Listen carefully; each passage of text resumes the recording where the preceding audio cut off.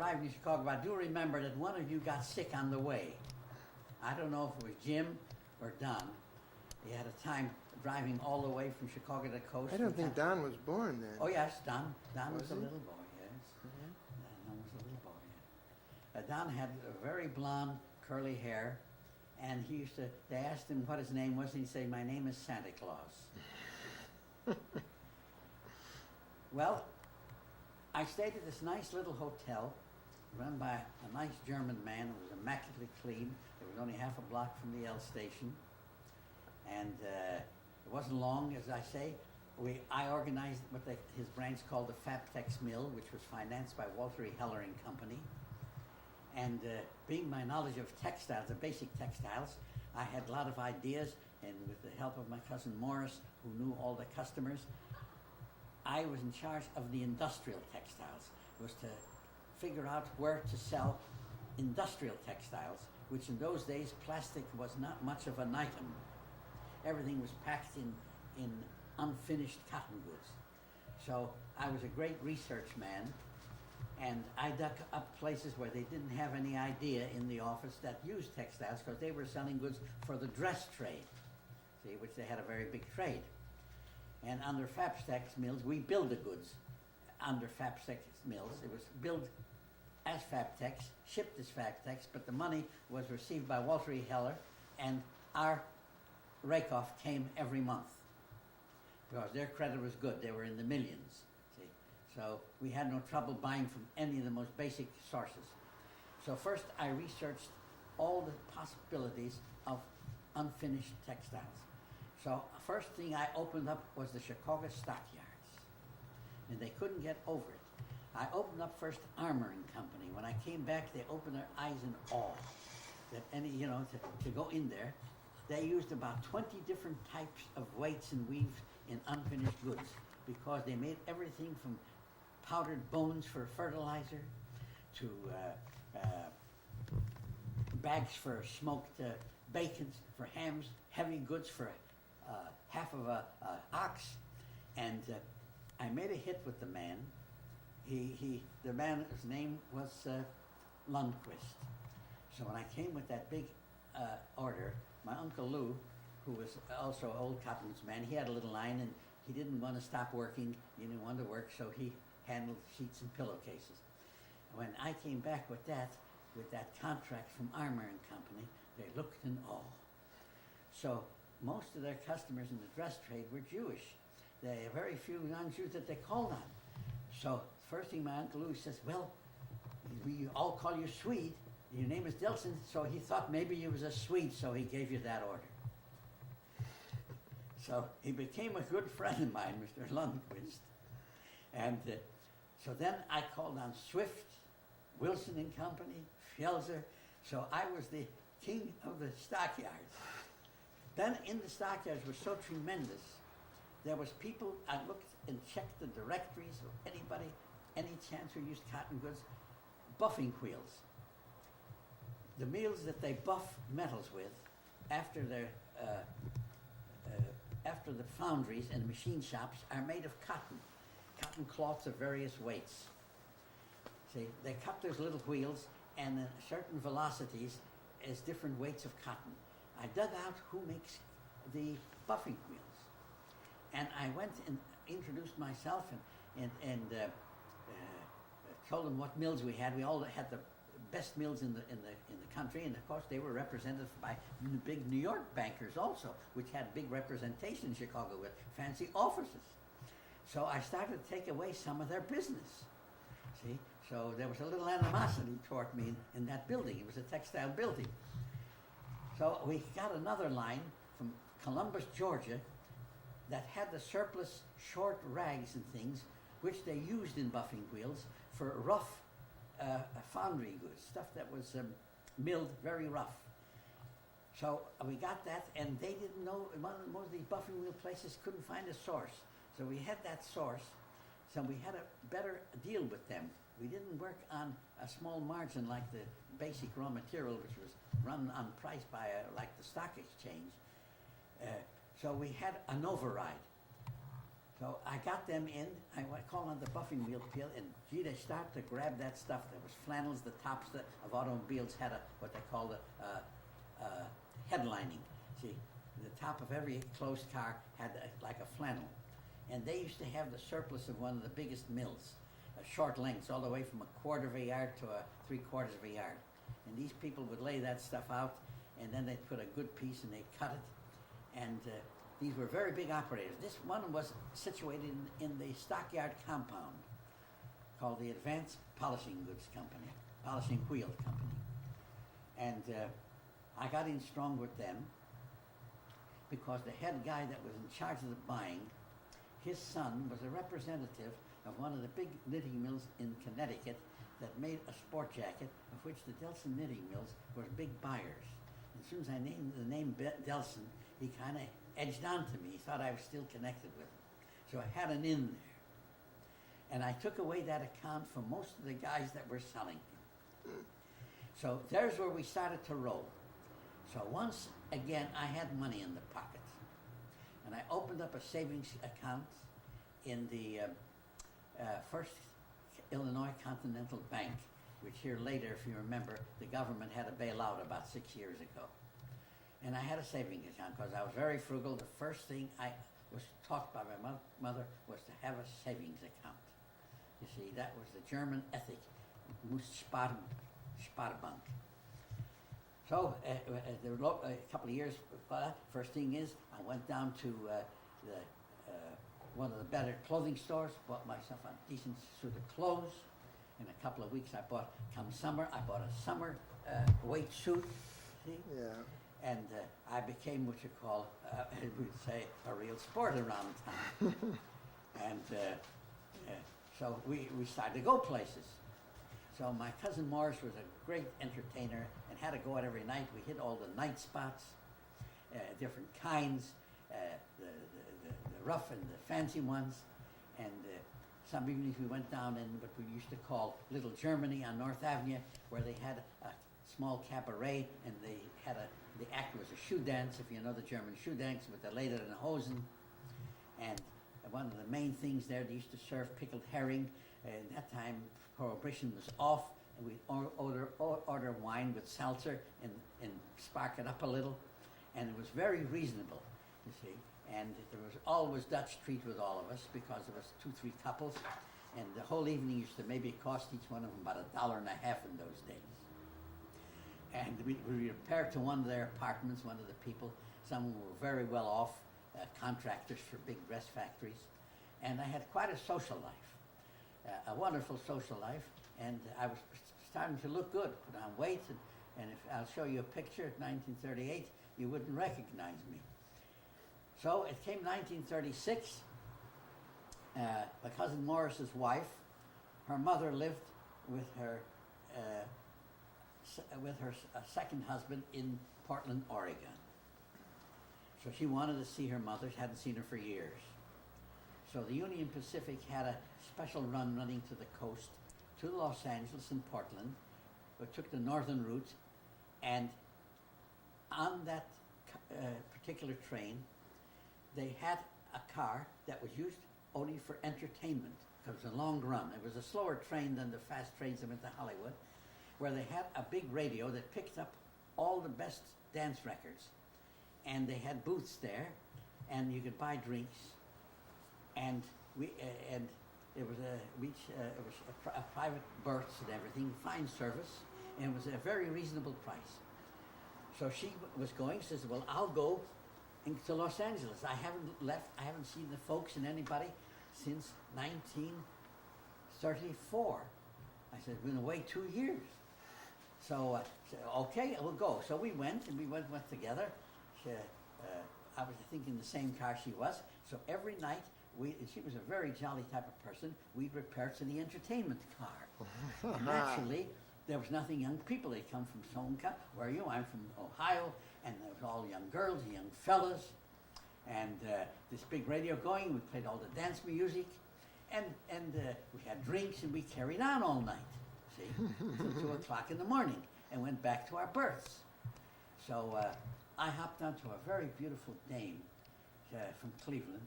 she was a young married woman with a little girl, see.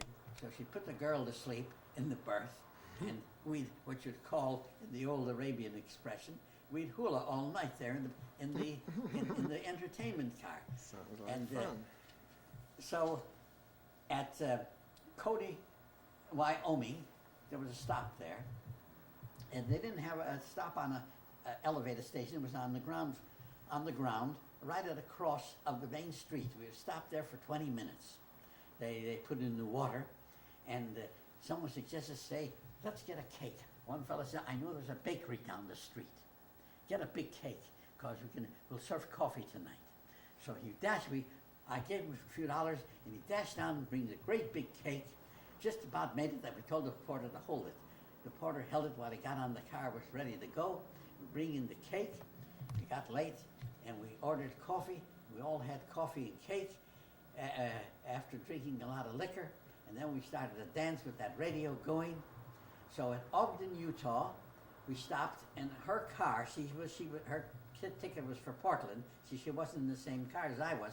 So they unhooked her car and hooked it on to the train that was waiting, a big train, that took her to Portland, where I said goodbye to her. Her name was Fern. She was what you call God's noble woman to me. It's a great memory. So I went to Los Angeles, and naturally, I was left with all the other fellows in the dame. There was one dame, a kind of tall, statuesque model, with her mother. She wanted to go to Hollywood for a stage career, a movie career. Well, we weren't far from Ogden, Utah, to run into Los Angeles, and so we kind of loosened up on the nightlife, and we took a little more time and saw the scenery day. We got close in Las Vegas, Nevada. There was nothing there. It looked out. It looked like just a desert town. We could see the station from far. So she had an idea. She wanted to ride into Los Angeles with the engineer on the locomotive at a publicity stunt. So she talked to the conductor. The conductor wired ahead, and he got a wire back that's against the law. She can't do that. See, so she couldn't do that. So we just rode in. We got into Los Angeles. Abner was there to pick me up, and we all dropped off, and we all said goodbyes. And so Abner says, gee, they all know you. They're calling you Eli. You know all these girls. He was what you call, I don't know, a sissy or something. He thought that, I was bashful. Somehow if I talk, I was bashful. See, I wasn't married, so I was bashful. So we said goodbye, and he drove me back to his apartment. So I stayed at his apartment, and my mother was put off that I didn't come to Venice to stay with her. But every day I went to Venice and stayed and had dinner with her. Spent all day, hung around Venice. I'll never forget your father come home from work. He was working, and you and Tootie used to play in your apartment in Rough House. I remember I came up and you're both throwing pillows at each other and things of that nature. Nobody's called him Tootie for a long time. Yeah, no, did I mention Tootie? Yeah. Yeah. And I'd have dinner. My mother would stay all till the evening at the beach, and then I'd take the red car home, which ran down Hollywood Boulevard, see, which is only a block from where Abner lived on Franklin Avenue. And I'd stay over by Shadell's, and that routine went on for the 3 weeks that I stayed. And then Audrey was going down to New Orleans to visit someone that they met. So Audrey went to New Orleans for a visit. She went to the station to say goodbye. That's where she met her husband, Duke. So I went back to Chicago, and they remarked, we went out, gee, what wonderful clothes you got. Boy, one friend of the family said, you got wonderful suits. I went to Chicago as a vagabond. So they were all happy, and I went back to Chicago. Went back to Chicago, and then when I got back there, Fern came back in a few days from Portland, and our routine went on with Walter E. Heller. See, this was 1936, and things got to get a little bad. The Depression started to reappear on the horizon in 38. So it was a little tough going. So I went to New York for our firm, which was called Fabtex Mills, to be close to the mills and to look up sources of what we call off goods, family rejects for my department. And naturally, Pete was with Sears, and he had a nice apartment, so I stayed with Pete. See? Stayed with Pete, and I used to go down to Worth Street, which was like Wall Street, in the district there. You know, in those years, even though there was a depression, without fail, we boys used to get $5 checks from Pete Yeah. for our birthdays. Yeah. He was doing pretty well, but he wasn't in the high brackets yet. So I would go to make the rounds there and make the connections. And one of our big sources was a firm by the corner of called Nuss Hesslein. This was a consortium of a Dutch, English, and American corporation worldwide. They had a big place there. On one floor, they had 150 typists that were typing in foreign languages. At that time, you'd dictate in a cylinder, see?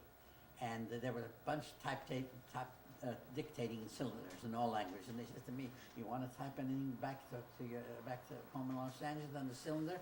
Just do it." And I used to do it. They type it off. And I became very close with the head guy, who was an Afrikaner, see, being the Dutch connection. He took a great liking to me because of my knowledge of the basic textiles. So this was 1938.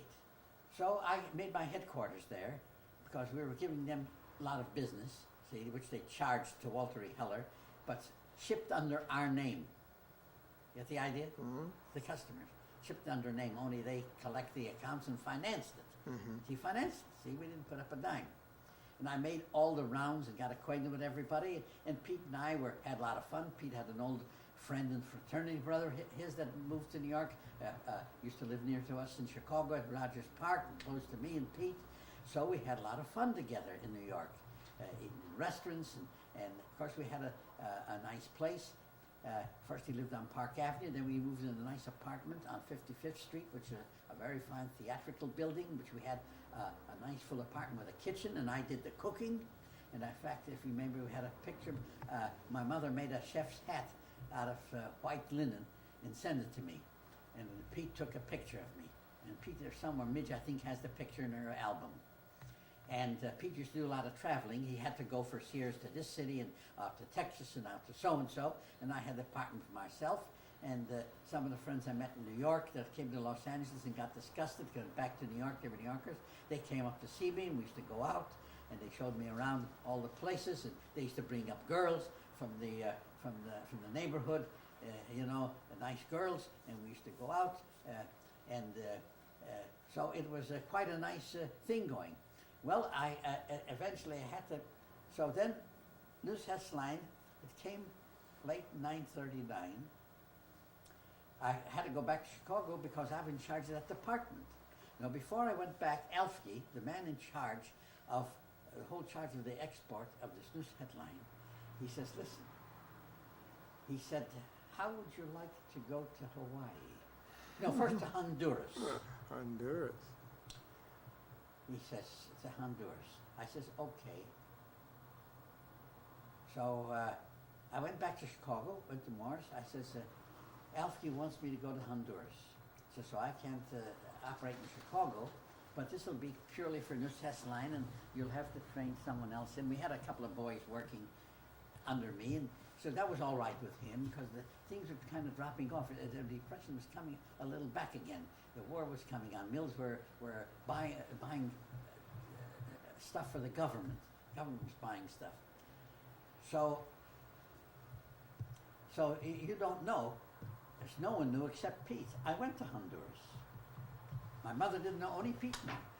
See, I wrote, I'd have to, my mother wrote a crying letter. There's wild people down there, understand? So I only stayed 6 months.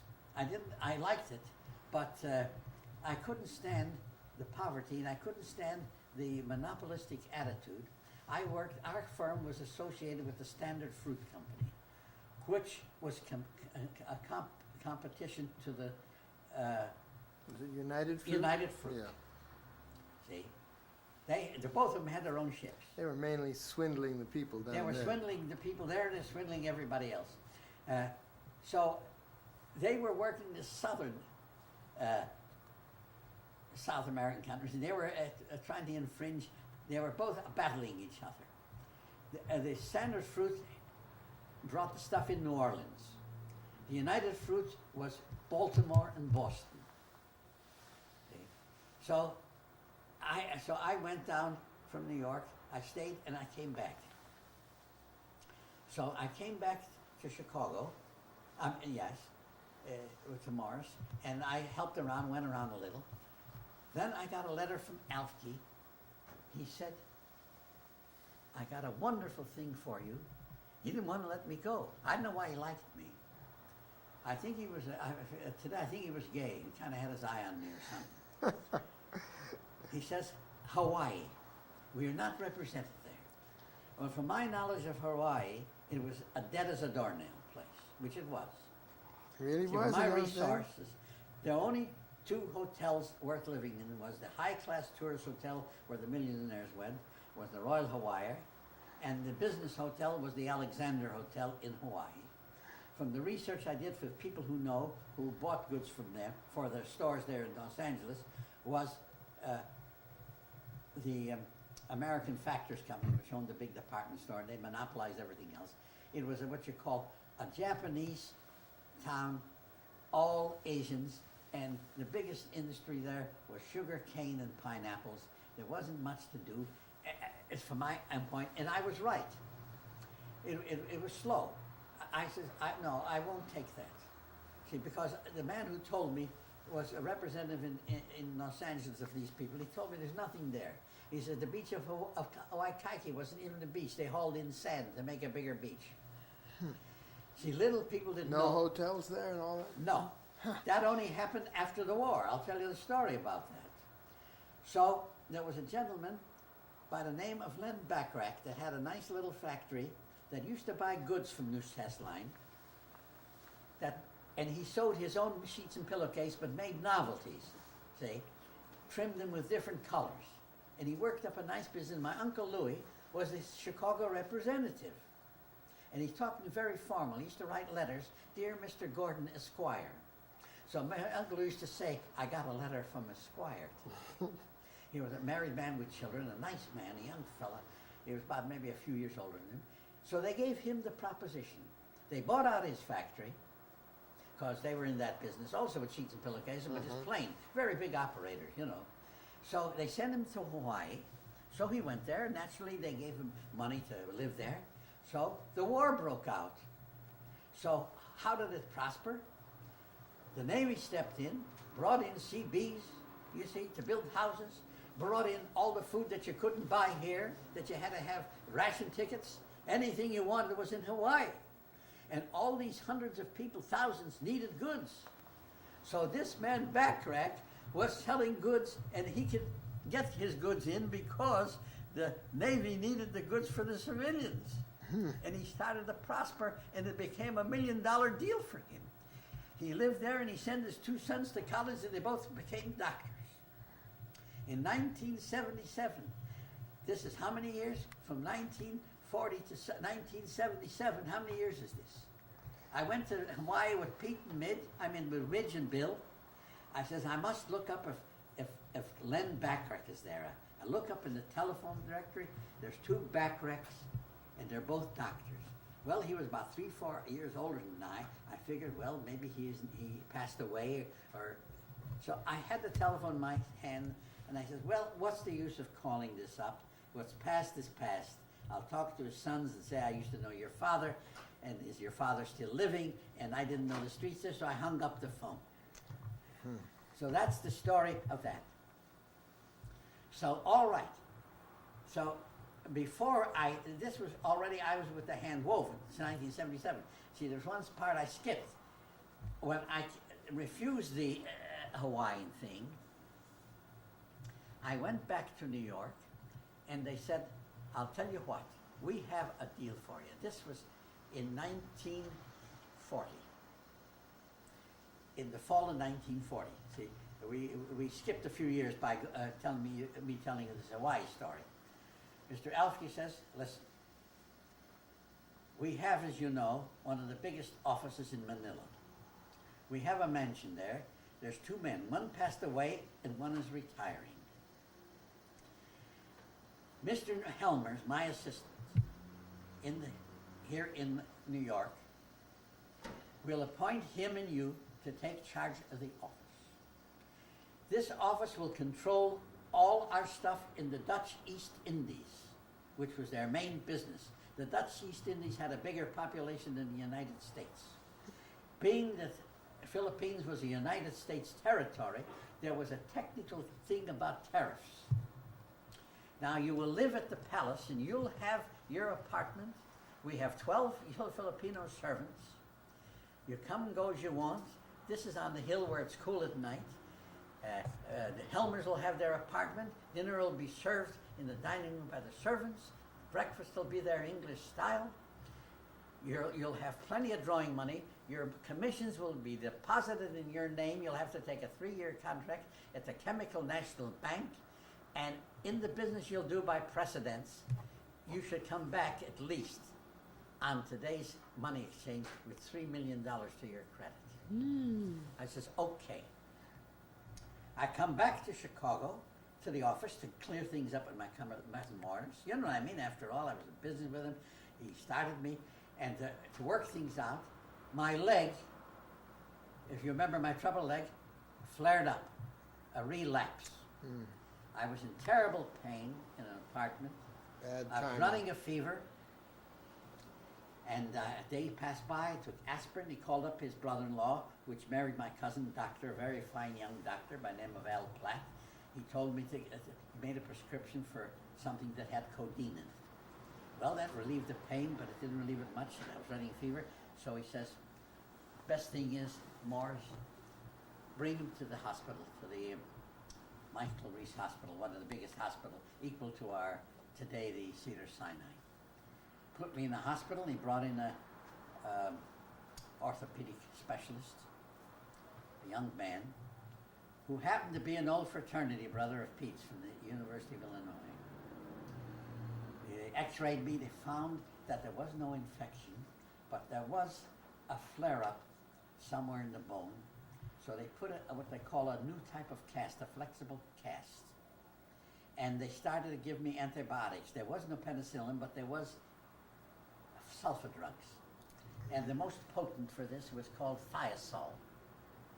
So they gave me orally thiazole, put me in bed, and I lied in bed there for 2 weeks in the Michael Reese Hospital.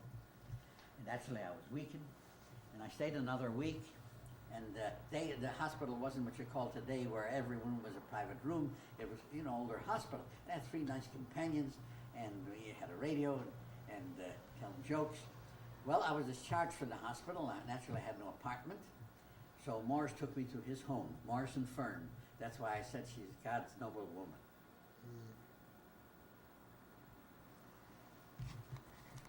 It sounds like somebody who had a really strong feeling for Yeah. it.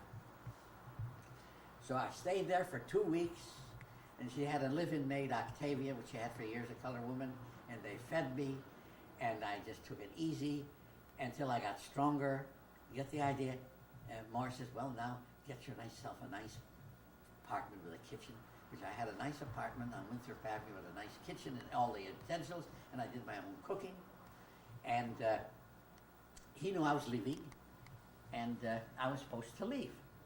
See, I was supposed to leave August. In August is when I got sick. Now, Helmers and his wife left by boat through the Panama Canal. So I couldn't leave. So I called up Helmers. I feel better now, and I feel well. So he says, all right, come back to New York. I came back to New York. Pete had this fine apartment on 55th Street, which was a theatrical apartment. All the finest Broadway stars lived there. I used to ride up the elevator with Walter Winchell, and he used to look at me, and he figured to himself, I used to say to myself, I wonder how I didn't interview this guy. And so I stayed with Pete. He was glad to have me, because I was, Mr. Alfke says, well, Helmer's already left. You can leave the first of the year. See, this was 1941. From San Francisco on the China Clipper, which was an airplane that landed in the water, which was deluxe. It made Manila in 3 days. The first stop was Honolulu, the second stop was Midway, the third was Guam, and the fourth was Manila. The fare was $4,000 per person. It was only so many people. It was all staterooms, cooking, you see, registered nurses. On an airplane? Yeah, registered nurses. It was the Pan American China Clipper. Yes. It was absolutely deluxe. Yes. See? That was the description in the brochures, which was the truth. I read about it later on. That was one of the classic I landed transport here things. November 6, 1941. My mother didn't know I was going. Abner didn't know. Only Pete knew. I didn't come here for a job, but there was no jobs here. And people used to say when I came here, Lockheed is paying $1 an hour. And everybody was running to work for Lockheed. And I had this luscious thing waiting for me. Well, I was supposed to leave the 2nd of January, 1942 from San Francisco. 1942, they bombed Pearl Harbor. I couldn't go, and I was stuck in Los Angeles. I called up New York. They says, you stay there, and you can call on a few of our customers. I got the word back. The government took over this mill, took over the Sun Mill in Oklahoma. In England, there's no goods. England is blockaded. You can come to New York, we'll find some. I stayed. So my father had his little store, and I had friends in New York send me some samples. I went out drumming a little trade. See, I work up a little trade. I didn't want to go back to Chicago anymore because his goods was cut off quite a bit more. You know what I mean? So my mother, I stayed there. She had a nice apartment. My father, the eating was good. And you stayed by Auntie May. If you remember, you visited me. I visited you there. Yeah. Remember, you were sick with the strep throat. And so I come into a building. Upstairs, I was supposed to call on a man that was making some kind of a bedspreads, and he could use sheeting. So I see below, it was on the sign, Hand Woven Fabrics Incorporated. I didn't call on my man, but I went there first. I see a little fella leaning against the loom. I says, how come you're not busy? He says, well, I got a partner. He's supposed to do the selling. This man spoke in a very foreign accent, a very intelligent man. The partner was a Viennese, what you call a Luftmensch, that what you call one of these liberals, and didn't tend to business, was only talking against the establishment.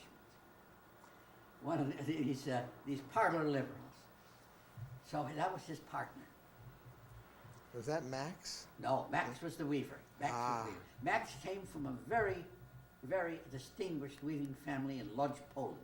The youngest son, highly educated in everything you wanted to know. But he was a renegade. He was revolutionary. He was young. In the 1905 revolution against the Russians, because he came from the Russian part of Poland, you know, they revolted because the Russians lost the war, you know, and the socialists. So he became kind of a part-time socialist. He and his girlfriend manned the barricades, actually manned the barricades. Well, they tried to arrest him, and he escaped to France with his lover, with his woman. And he had 2 children by her, never married. Somehow he went to America, and he got a job immediately as a weaver, then a foreman in a woolen mill. And he started to organize a weavers' union. And he organized, and soon enough, you know, the big interest there started to raise hell about that, and they wanted to have him extradited. So the governor of Pennsylvania would not let them extradite him, but told him to leave Philadelphia.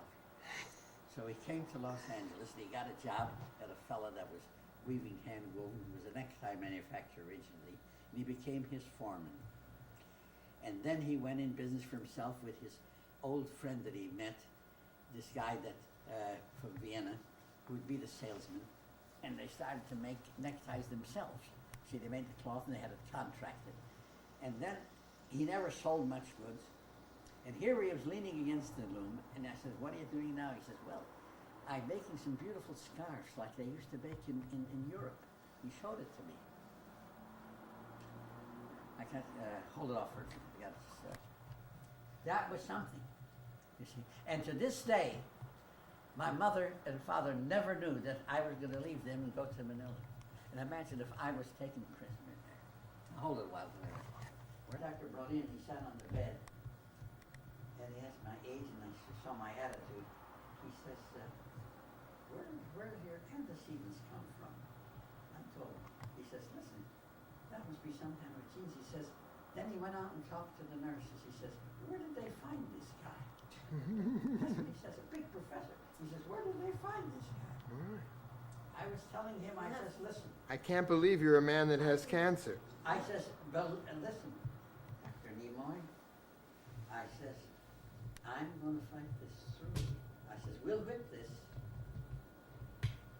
We'll whip this. So tomorrow I go for a shot.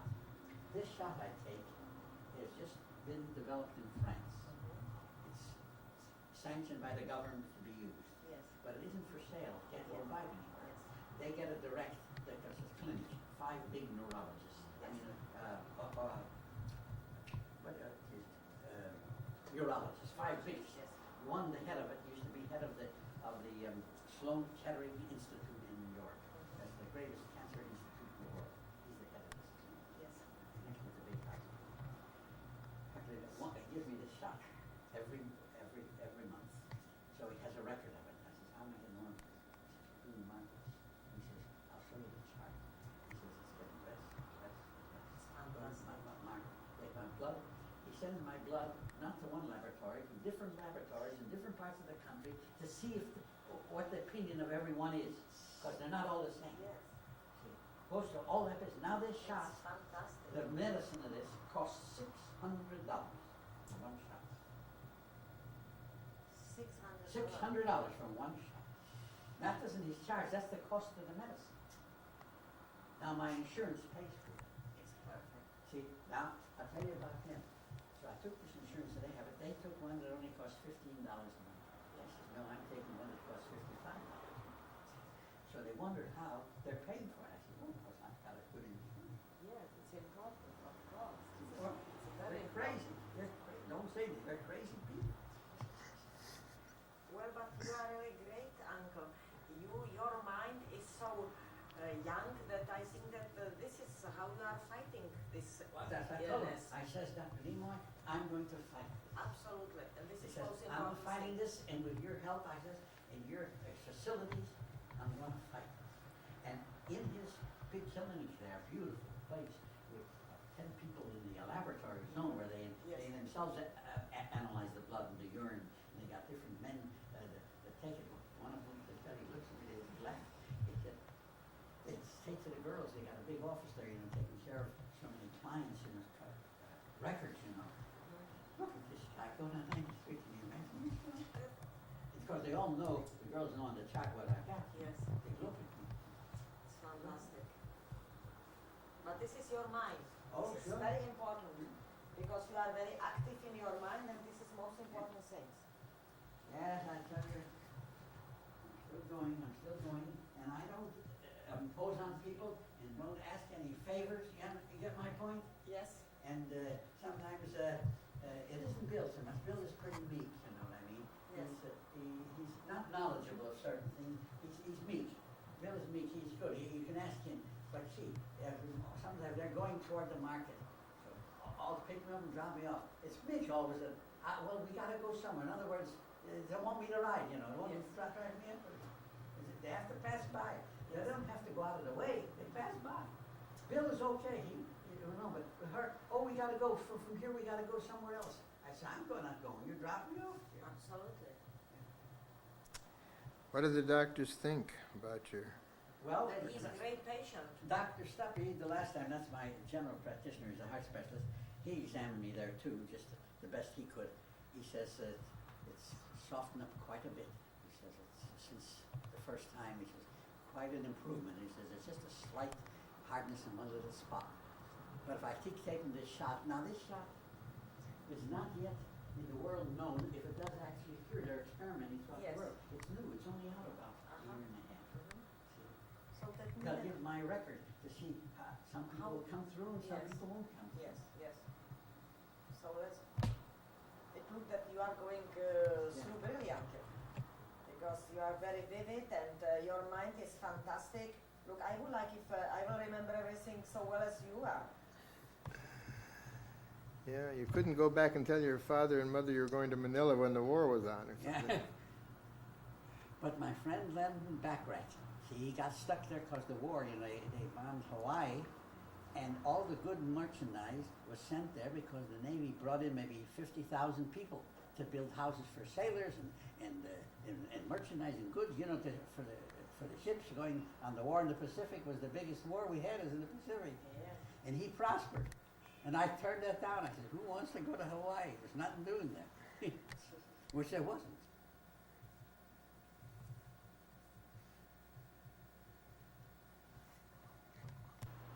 So